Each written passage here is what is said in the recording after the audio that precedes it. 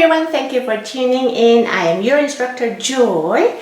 Today we're going to talk about how one could practice scales using Schradieck book. Very good question. This question was given by a long-time faithful subscriber. Thank you very much. Thank you all for your kind support, kind questions, comments, booking lessons with me and sending me donations here and also on my Patreon. I truly appreciate it. It means the world to me. Thank you very much. So I encourage you all to check out my Patreon page, which you can find in the description below. So Schradieck is all of our favorite. All of us love it because this is one of few technical books that one could use regardless what level you're in, right? So you could start as soon as in the first month, and then we could keep practicing, keep coming back to Schradieck until we die. That's how great this book is. In order to understand how one could practice scales using his book, let's first analyze a bit how his method works. So he first starts using all four fingers, teaching us the finger independence of each finger, using 1, 2, 3, 4, including pinky right away. But he first starts one string. So it goes like this: open A, B,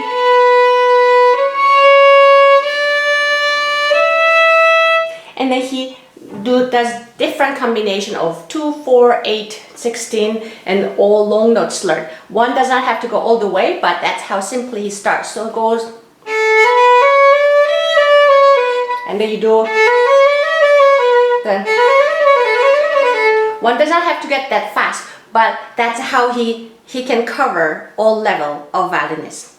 The nice thing about Schradieck method is he always tackles one element at a time, one technical issues at a time, and never overwhelm us. And that's brilliant thing that he does very well. And another thing that I really like about his approach is most technical books starts using our 0 and then first finger right away, or like typical subject exercise, which is another great book. But not only subject does that, but most of other technical book approaches first strengthening first finger, then second finger, third and fourth finger, which when you think about it, that makes sense.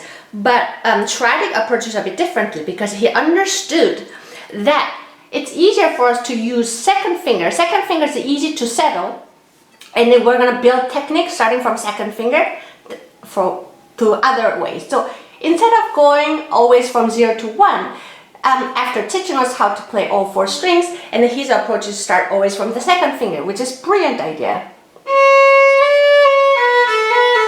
Or sometimes, yeah. So it's when you try that one, you're gonna soon see the second finger is actually the easiest one to start from. That's why when we learn how to vibrate, we start with the second finger for the same reason, because anatomically our second finger is the strongest one and the easiest one to settle. So that's a very smart point of Schradieck to build our technique from. Now, another thing that when it comes to scale exercise in general, even though this book is mainly left-hand exercise, he understood when it comes to scales, we're going to play more than one string.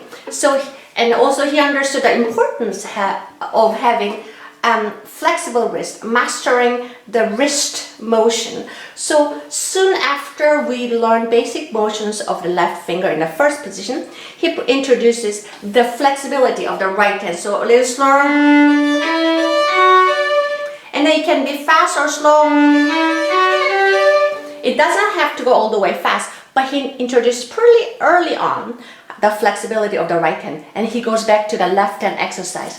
Now, the reason why we're a little confused whether it's a scale book or etude, because he does not call scale. You know, technical book or technical studies, nothing but repeating specific techniques and reinforcing.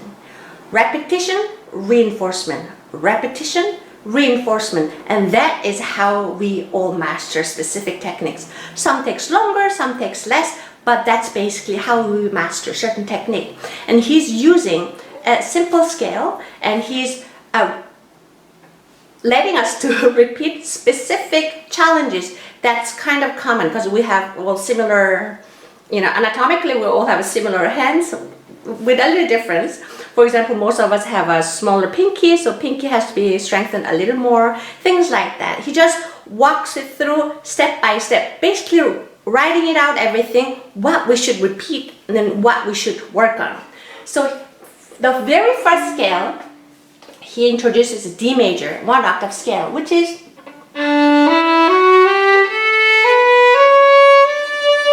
but he does not just go straight D major scale, but he just kind of reminds us, remember we first learn all 4 fingers in 1 string, so help us to remember that one by repeating that one. Then start scale. Same thing happens, we're gonna repeat as though we're doing 1 string exercise, and then come down. Yeah, so instead of just going up and down, we're going up and down, repetition, reinforcement, going up, and again a little repetition, reinforcement, and then same way on the way down.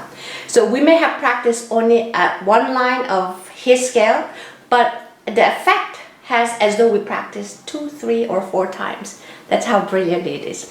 Now, not only that, he also does it with all types, all parts of the scale, arpeggio, and broken thirds. So he also has a chromatic as well, same idea, a little with a repetition. Now, one could go endlessly how well he does, but I'm just gonna go quickly so that I can make into 1 video and you get an idea. But if you like this one, let me know in the comments below, and then I'm gonna try to make a little more videos about it. Just let me know. And then now when it goes to another scale, he does not call it scales, he calls it exercises on 2 strings, exercise on 3 strings, exercise on 4 strings, meaning basically 1 octave, 2 octave, 3 octave scales. His method is same. Repeat certain things, and then we treat it like a study piece. So now, then, so-called exercise in 3 strings, which is E major, 1 octave scale, which is this one.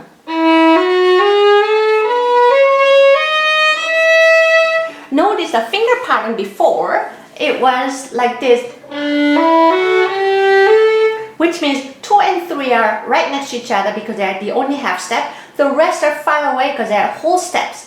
But now, this is first time that we're introduced to the different finger pattern, which is 3rd finger gets beside the 4th finger. Yeah, so we have to stretch 3rd finger and then try to keep pinky and the 3rd finger close, which is a little hard. So the way he helps us to train or strengthen our pinky is just allowing us to understand the distance.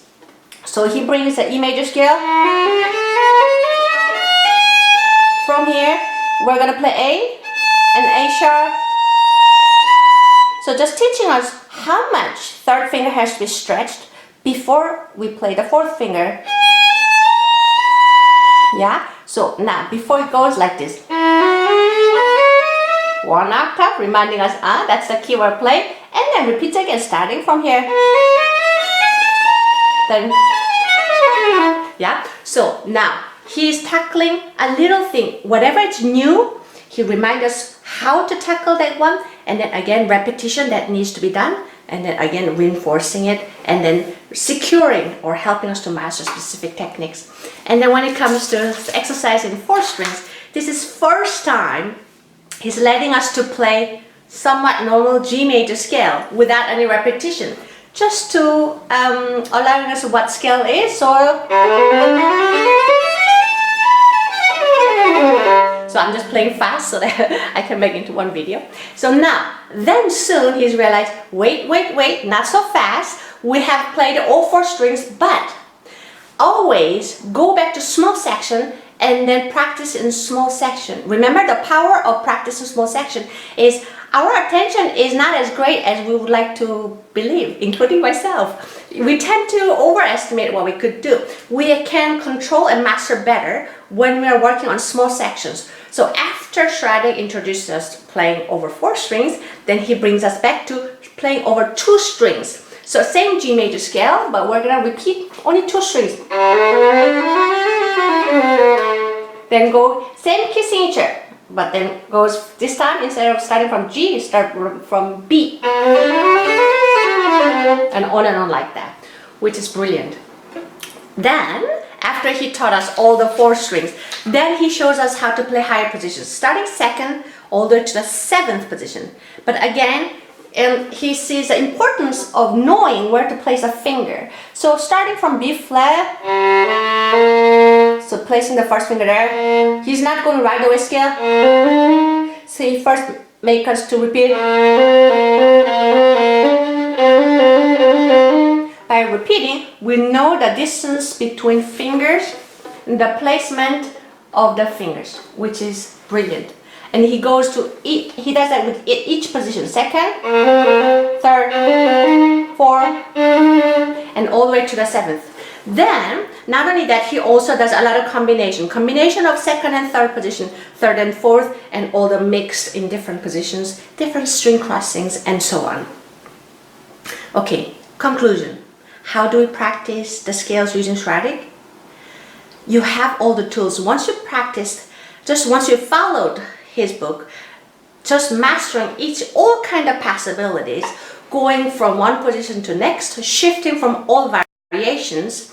Once you've gone through, you have all possible options. Meaning, Schradieck is basically showing how to catch fish instead of giving us the fish that was already caught, which is the best way of teaching a student how to master techniques properly, so that each violin student becomes independent and active thinking violinist, which is the best way that one could do to any student, right?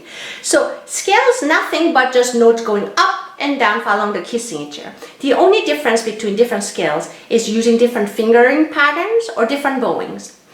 And we often just take an advice from a teacher, or specific book gives us 1 or 2 options. We follow that one. That's why we buy different books, because we like this fingering pattern or we like this bowing pattern and so on. But once you've learned how to, once you learn the structure or the logic of all these techniques, then you can make your own combination of fingerings or bowings. Yeah, if you want to shift earlier, shift later, do bow differently, you will have the tools that Schradieck offered us, which once you have gone through. Yeah, so I hope this video was helpful. The scales can be a little boring sometimes, but we all know that's an essential part of the technical study, which we all have to come back at some point. Okay, thank you for watching and happy practicing. Bye bye.